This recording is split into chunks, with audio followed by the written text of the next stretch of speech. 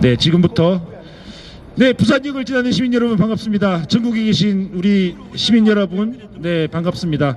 지금부터 부산역 앞에서는 정치개혁과 국회개혁 그리고 선거제도 개혁을 위한 농성이 진행 중이고, 지금 여기서는 두 분을 모시고 토크 콘서트를 진행하도록 하겠습니다. 반갑습니다. 네, 좋습니다. 리액션 좋습니다. 네. 반갑습니다. 예. 오늘 일단 오신 참가자분들 소개부터 좀 드리도록 하겠습니다. 예, 저는 정의당 부산시당 대변인 노태임입니다. 반갑습니다. 박수! 네. 그리고 보시는 쪽에서 오른쪽입니다. 네, 오른쪽부터 사상구 지역위원장이신 강용준 지역위원장님이시고요. 네, 안녕하십니까. 네, 짧게 강용준입니다. 인사 듣도록 하겠습니다. 1분 넘지 않도록 인사 먼저 해주시죠. 예. 정의당 부산시당의 사상구 지역위원장 강용준입니다. 저희가 지금 이 자리에서 이제 농성을 시작한 지 오늘 13일째 되었고, 날씨가 좀 쌀쌀합니다. 다들 따뜻한 그런 이제 저녁 시간 드시기 바라겠습니다. 예, 반갑습니다. 예, 가운데 앉아 계시면 소개드리겠습니다. 예, 부산 진구 지역위원장이신 이창호 지역위원장이십니다. 예, 반갑습니다. 이창호입니다. 뭐든지 물어봐 주십시오. 친절하게 답해드리겠습니다. 연동형 비례대표제면 연동형 비례대표제, 사법제도 개혁이면 사법제도 개혁, 뭐든지 물어봐 주시면 성심성의껏 답변해드리겠습니다. 예, 열심히 하겠습니다. 예, 최근에 연동형 비례대표제를 두고 많은 뉴스들이 막 쏟아져 나오고 있는데요. 아마 궁금하신 것도 많고 어떻게 하는 것이 정말 좋은 건가 아마 이제 여러 가지 생각도 많이 드실 것 같습니다. 그래서 이 두 분을 모시고 관련한 이야기를 한번 들어보도록 하겠습니다. 우선 석패율제라는 이야기 많이 하잖아요. 예, 석패율제가 뭔지 되게 궁금하실 것 같아요. 일단 누가 간단하게 한번 석패율제가 뭔지에 대해서 한번 설명을 한번 해주시겠습니까? 예. 중요한 거는 이제 1분 안에 맞춰야 된다는 거죠. 네, 1분입니다. 예. 50초 남았습니다. 아깝게 이제 패하다, 석패율입니다. 이제 지역에 이제 출마한 그 후보자가 1등이 되지 못하면 우리가 이제 당선이 안 되잖아요.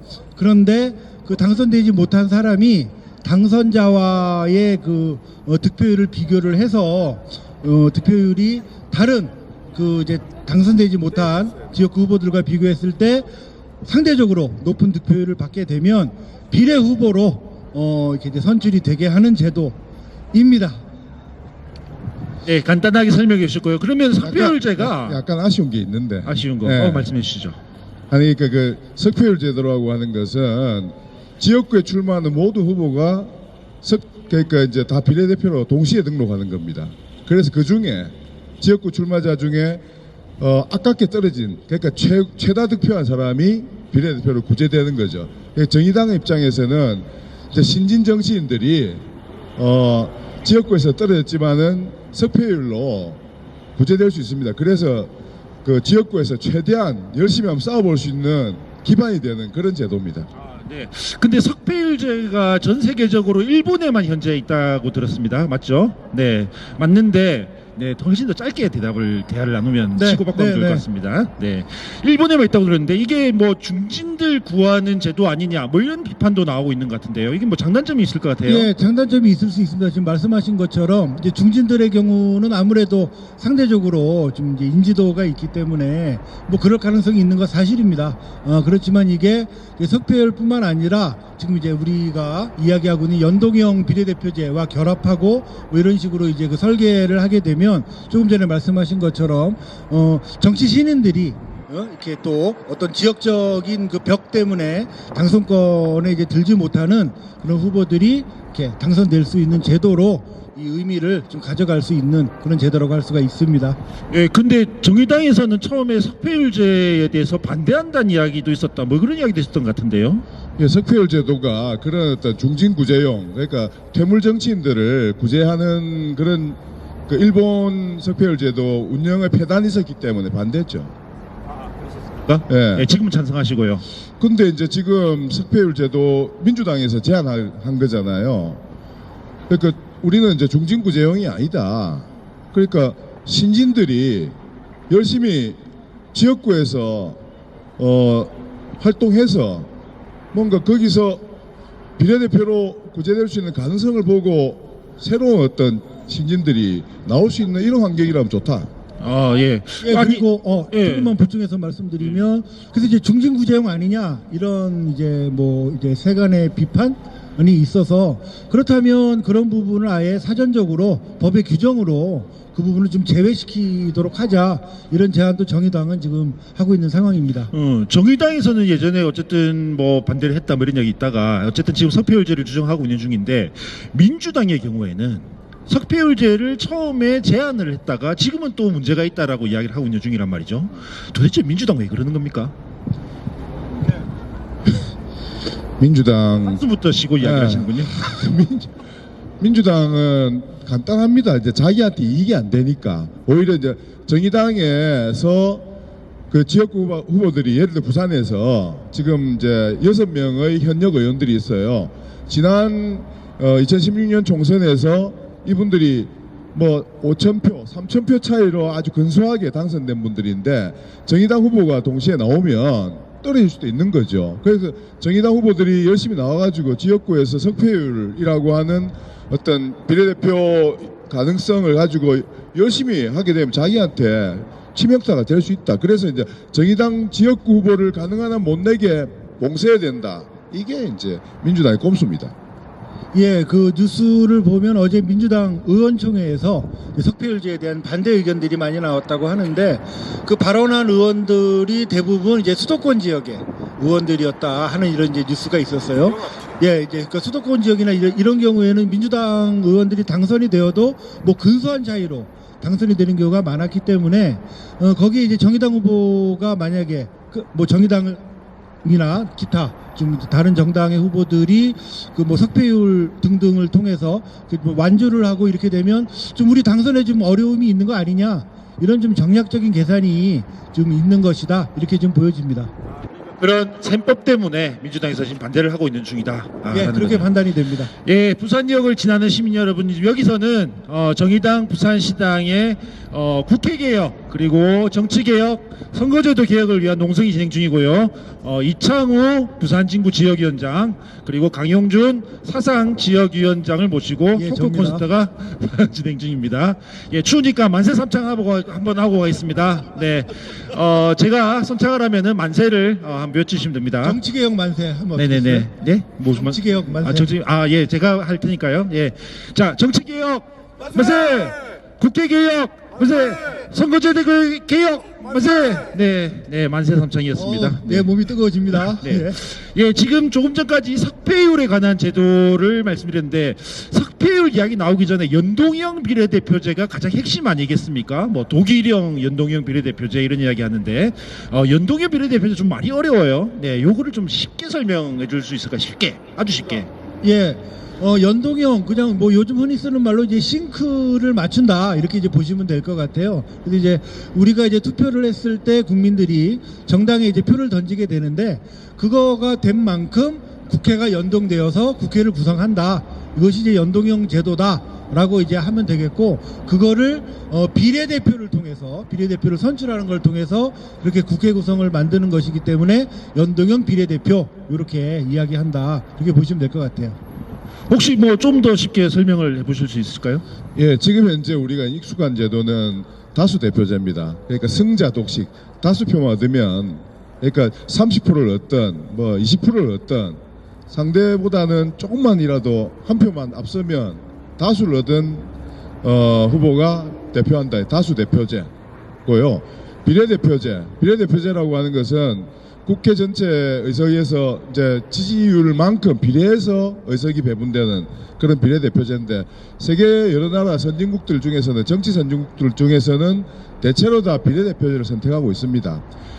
극단적으로 이스라엘 같은 경우에는 그 지역구가 아예 없고 전체가 다 전국 비례대표제를 운영하고 있어요. 지금 이제 우리가 이야기한 연동형 비례대표제는 지금 지역구와 비례대표제를 지금 이제 애초에 나왔던 거는 뭐 선관위에서는 2대1 그러니까 총 의석이 300석이니까 200석을 지역구, 100석을 비례대표 이렇게 이제 했는데 지금 많이 줄어가지고 현재까지 와 있습니다만 어쨌든 비례대표 우리가 10% 지지해주면 300석 중에 30석을 무조건 일단 배정해 줍니다. 그 중에서 지역구에서 예를 들어 5석이 당선됐다. 그러면 30석 중에 5석은 이미 지역구 당선됐으니까 25석을 배정해주는 방식. 그게 이제 연동형 비례대표제입니다. 그러니까 30%를 받은 정당은 의석의 30%를 주고, 예, 50%를 받으면 50% 주고. 근데 지금 좀 많이 왜곡돼 있는 건 거죠. 상당히 왜곡돼 있죠. 지금은 우리 지금까지 여러분이 지난 20대 총선 그러니까 2016년 총선을 치를 때는 총 300석 의석에 이제 이렇게 투표를 했는데 1인 2표했잖아요. 지역구에서 한 명 지역구 뽑아주고 그 다음에 정당도 이제 투표를 했습니다. 근데 정당 투표에서 그러니까 비례 의석이 47석밖에 안 돼요. 그러니까 정의당은 그때 7.2% 지지를 받았는데 7% 지지라고 생각해 봅시다. 연동형이라면 7%면 300석 중에 37, 21, 21석이 돼야 되는 게 마땅한데 정의당이 받은 의석은 4석밖에 안 돼요. 그러니까 나머지 17석을 도둑질 당한 거지. 그러니까 거대 정당들에게 다 이제 도둑질 당한 겁니다. 이게 이제 굉장히 불합리한 제도죠. 그렇군요. 네, 지금 부산역 앞 광장에서는 정의당 부산시당의 정치개혁, 국회개혁, 그리고 선거제 개혁을 바라는 농성이 진행되고 있습니다. 그리고 지금 현재 이창우 부산진구위원장 그리고 강용준 사상지역위원장님과 함께 토크 콘서트가 진행되고 있습니다. 네, 지금 막 나오시니까 자 긴장하시고 연동형 비례대표제 네. 연동형 네, 가지고 네, 우리 네. 삼행시를 한번 지어보도록 하겠습니다. 아까 미리 예고를 드렸는데 준비가 되셨을지 잘 모르겠네요. 일단 강용준 위원장 마이크를 잡고 계시니까 먼저 한번 운을 한번 띄워보겠습니다. 준비되셨습니까? 아니 설마 하고 이제 준비를 안 했는데 네. 지금 빨리 한번 해보겠습니다. 예, 네. 띄워주십시오. 예, 운을 띄우겠습니다. 자, 연동형 비례대표 연동형입니다. 연동형 비례대표제로 가야 됩니다. 동네 사람들 모두 다 그렇게 생각하지요. 형만 빼고. 예, 금방 만들어낸 거 치고는 매우 재치 넘치는, 예. 야, 그러면 이제 다음 또 한번 또 들어보겠습니다. 이창우 위원장님께서 연동형 비례대표제로 칠연절구를 한번 지어주시죠. 실현절고. 네, 삼행시 준비하셨군요. 네, 삼행시로 하겠습니다. 연비가 좋은 차가 좋은 차잖아요. 오, 동네 사람 다 알고 있잖아요. 예. 형님도 연비가 좋은 차가 좋은 차라는 걸 알고 있는데 연동형 비례대표 연비 좋은 선거제도 이렇게 생각하시면 됩니다. 아, 예. 박수 한번 부탁드립니다. 네. 네, 연비 좋은 선거제도 연동형 비례대표제에 대해 삼행시를 지어봤었습니다. 예, 연동형 비례대표제. 예, 그리고 좀 약간 어려운 거 들어가는데요. 예, 놀라지 마시고. 아니, 신문에 나오는 이야기니까 한번 해주는 게 필요하지 않겠냐. 아니, 캡을 씌운다. 뭐 이런 이야기 나오는데, 캡은 모자 아닙니까, 모자? 이걸 예. 씌운다는 이야기가 무슨 말인 거죠? 아, 예, 근데 방금 마이크 이거 오프하시면 소리가 안 들립니다. 지금 오프를 하셔가지고 예. 아, 예, 캡을 씌운다. 예, 모자를 씌운다. 또 뭐 사전을 보면 이제 뭐 상한선 이런 뜻도 있는 것 같더라고요. 지금 현재 이제 협상이 된 게 비례 의석을 이제 50석을 가지고 연동형 비례대표제를 거기에 적용을 하자 하는 것인데 50석에 다 적용을 하지 말고 제한하자. 그거를 이제 캡을 씌우자. 이런 이제 표현으로 사용을 하는 것이죠. 그래서 지금 뭐 30석에다가 캡을 씌우자. 안 된다. 캡을 벗기자. 뭐 이런 식으로 이제 이렇게 캡캡거리는 소리가 지금 나오고 있는 중인 것 같습니다. 예. 아니, 사실은 민주당에서 캡을 안 씌우면 자기들이 비례의석을 하나도 못 가져간다. 이런 이야기는 참 솔직한 것 같아요. 예. 예, 그렇습니다. 예, 그러니까 지금 예를 들어 민주당이 정당 득표 40% 했다. 그러면 100% 연동형이 적용된다 했을 때 300석에 40%를 받으면 120석이잖아요. 근데 예를 들어 지역구에서 120석을 이미 다 가져가 버렸다 네. 라고 하면 연동형에서 한 석도 가져갈 게 없는 거잖아요. 네. 그래서 정당 그러니까 이해찬 대표는 소위 비례대표에 대한 공천권을 행사할 수가 없다. 이거 뭐 문제 있는 거 아니냐. 그래서 자기도 비례대표 의석을 좀 배분받아야 되겠다. 사실은 이게 주 의도죠. 공천권이라고 하면 조금만 예. 제가 더 보충해서 말씀드리면 원래 이제 그 225대 75 그래서 비례 의석을 이제 75석으로 하자 했다가 점점 이제 깎였던 거잖아요. 그래서 이제 처음에 이제 그거에서 지역구 의석이 늘어났던 것이 우리가 너무 지역구가 이제 부족해진다 이런 논리로 지역구를 이제 늘린 거예요. 그랬더니 그 다음에 나오는 얘기가 우리가 또 비례 의석이 부족하다 하면서 이제 또 이제 캡을 씌운다고 하는 거거든요. 마치 그러니까 그동안 이제 기득권이라는 뭐 이제 비유를 들어서 기득권이라는 바지를 내가 내리겠다 했다가 지역구라는 왼쪽 뭐 다리를 딱 끼고 그다음에 또 비례라는 오른쪽 다리를 껴서 그 바지 도로 입은 꼴과 같다. 뭐 이렇게 얘기할 수 있을 것 같아요. 예, 뭐 참신한 비유를 들었습니다. 예, 아주 재밌는 자리가 진행되고 있습니다. 지나가는 부산 시민 여러분 오셔서 선거제도 개혁과 국회 개혁, 정치 개혁에 관한 토크쇼 함께 해주시기 바랍니다. 예, 추우니까 다시 한번 만세 한번 부르고 가겠습니다. 네, 정치 개혁, 만세! 국회 개혁, 만세! 선거제 개혁, 만세! 네, 만세 삼창이었었습니다. 네, 뒤로 네. 넘어가지 마십시오. 네. 자, 지금 사실 민주당과 뭐 정의당 포함해서 4+1이 협상을 진행하고는 있지만은 국회 밖에서 지금 뭘 하고 있는지 지금 뭐 난동을 피우고 있는 분들이 계신데 이분들 이야기를 좀 잠깐 해보죠. 어떻습니까, 자유한국당 요새? 전 별로 하고 싶지 않아서 마이크를 넘기겠습니다. 자유한국당 황교안 대표가 대표를 맡고 난 다음에 거의 그 자유한국당은 장외 투쟁당이 됐잖아요. 단식하고 그리고 청와대 앞에서 이제 그 단식 농성하고 지금 국회에서 지금 연동형 비례대표 완전 그 저지하겠다고 그 경내에서 지금 집회를 계속하고 있습니다. 엊그제는 그 지지자들 소위 깃발 부대를 경내로 끌어들여 가지고 불법적인 집회까지 자행하고 정의당 당직자 머리채 쥐고 흔들고 뺨 때리고 폭행이 있었다는 이야기죠. 뺨 때리고 침 뱉고 기물 탈취하고 이런 어떤 말도 안 되는 짓이 개명천지에 벌어졌습니다. 아니 그렇게 불법을 저질러도 이게 정당으로 남을 수가 있는 건가요, 이게요? 그러니까 이제 이거는 사실 이제 부역 정당이어서 국민들은 처음부터 이게 이제 정당으로 성립이 안 되는 거 아니냐. 예. 국정농단을 했기 때문에 국헌을 문란한 정당이 그쪽에 이전에 통진당도 해산됐는데 그런 이야기까지 합니다. 근데 지금 당 대표가 이런 어떤 불법을 갖다가 주도하고 있는 이런 정당이어가지고 그 헌법재판소에 누군가가 제소하면 아마 이 문제가 되지 않을까 이런 생각이 드네요. 예, 사실 자유한국당의 이런 행태가 한두 번이 아니었고요. 우리 국민 모두가 기억하고 있지만은, 패스트트랙에